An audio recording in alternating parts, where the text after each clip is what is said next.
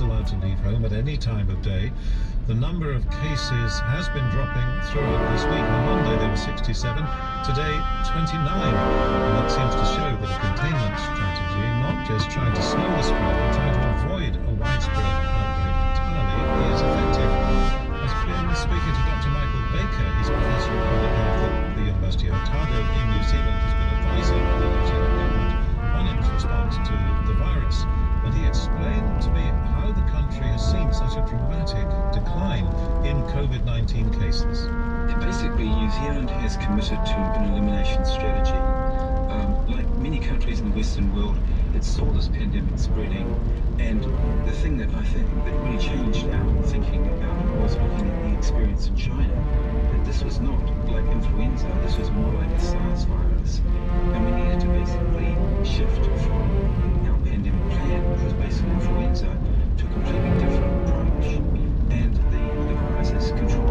And really the big commitment, as you said, was 2 weeks ago when we went to a complete national lockdown. And that's really given us this vital time to get all our other systems working. So we've got complete quarantine at the borders, we've got systems for contact tracing and quarantining, and we've got a huge amount of testing and surveillance to detect any virus that might be circulating in the population. How are the hospitals coping?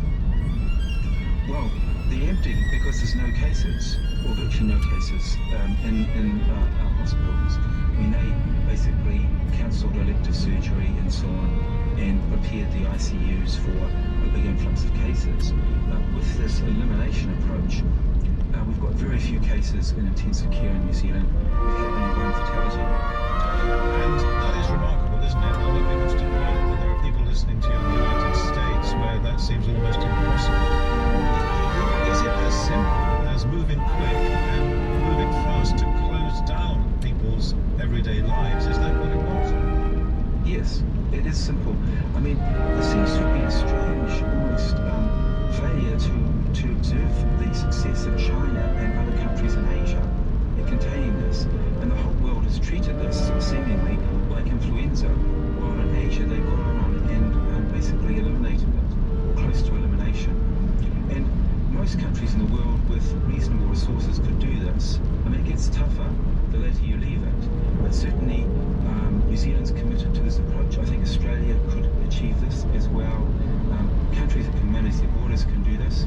I imagine in the UK, you are in a position to do this as well. What comes next? Because there are very many governments all over the world now trying to consider how and when they can lift the lockdown. One suggestion is that you start with the younger population, for example, those who are not living with their parents, so they're not going to infect their parents if they go out and work and come back home. Is that something that might be considered? Well, I think there are lots of ways of achieving it, but in the end, it's just about the numbers. You have to suppress the reproduction number below 1. And the modelling I've seen from the UK says that you actually are achieving that, at least in parts of the UK. So you've got to commit to that, and basically the chains of transmission gradually peter out, and the virus disappears. And then you have to have all those other things working extremely hard. That's the contact tracing and quarantining, and do a lot of testing. So high-income countries and the UK and the US have fantastic scientists and modelers, and you have the resources to stop this virus. And it is quite amazing that we're not following the example of China and other success stories from Asia in doing that. Of course, there are other countries in Africa, for example, the Middle East, where this would be much harder to achieve. Yeah, unfortunately, this virus is going to infect probably about 60% of the world's population, and around 0.5% of them die. So we're looking at 20 million fatalities globally, something of that order. I mean, we can't predict the future, but that's a scenario. Certainly high-income countries, I don't think, have any excuse not to eliminate this virus. It's been proposed even in the United States, even quite recently, in an editorial in the New England Journal of Medicine, said, let's eliminate this virus from the United States. It can be done. Dr. Michael Baker advises the New Zealand government on its response to the coronavirus. It will take a long time for the virus to be eliminated. It's likely to become a permanent part of the world's microbial menagerie rather than eradication. A vaccine then is desperately needed, and that means volunteers are needed to test it. One of the first to be tested in humans is a novel type of shot. It's developed by Moderna Therapeutics. Ian Hayden is 29 years old. He lives in Seattle, and he's among the first 45 people who did the trial. He told me about his first dose.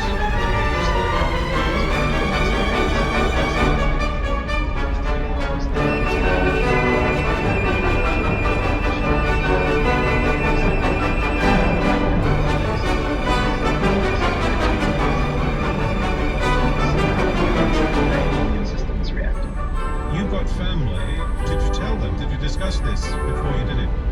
Yeah, when I was asked by the clinic to come in for a physical, that's sort of when it started getting real for me. And that's the point when I did tell my parents and I told my girlfriend, hey, this is something that I may be doing. They're all very supportive. I think they're proud.